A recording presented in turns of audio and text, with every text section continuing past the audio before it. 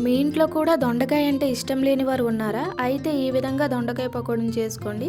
Taste చాలా బాగుంటుంది. ముందుగా దొండకాయ ముక్కల్ని బాగా కడిగి ఈ విధంగా కట్ చేసుకోండి. దానిలో 1 స్పూన్ ఉప్పు, 1 స్పూన్ పసుపు, 2 స్పూన్స్ కారం, 1 స్పూన్ ధనియా పొడి అండ్ 1 స్పూన్ అల్లం వెల్లుల్లి పేస్ట్ వేసి బాగా కలుపుకుందాం.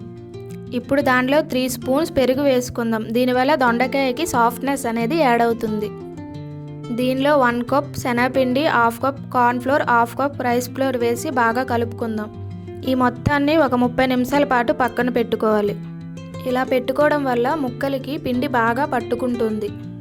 తరువాత స్టవ్ పైన ప్యాన్లో డీప్ ఫ్రైకి సరిపడే ఆయిల్ వేసి వేడి చేసుకోవాలి.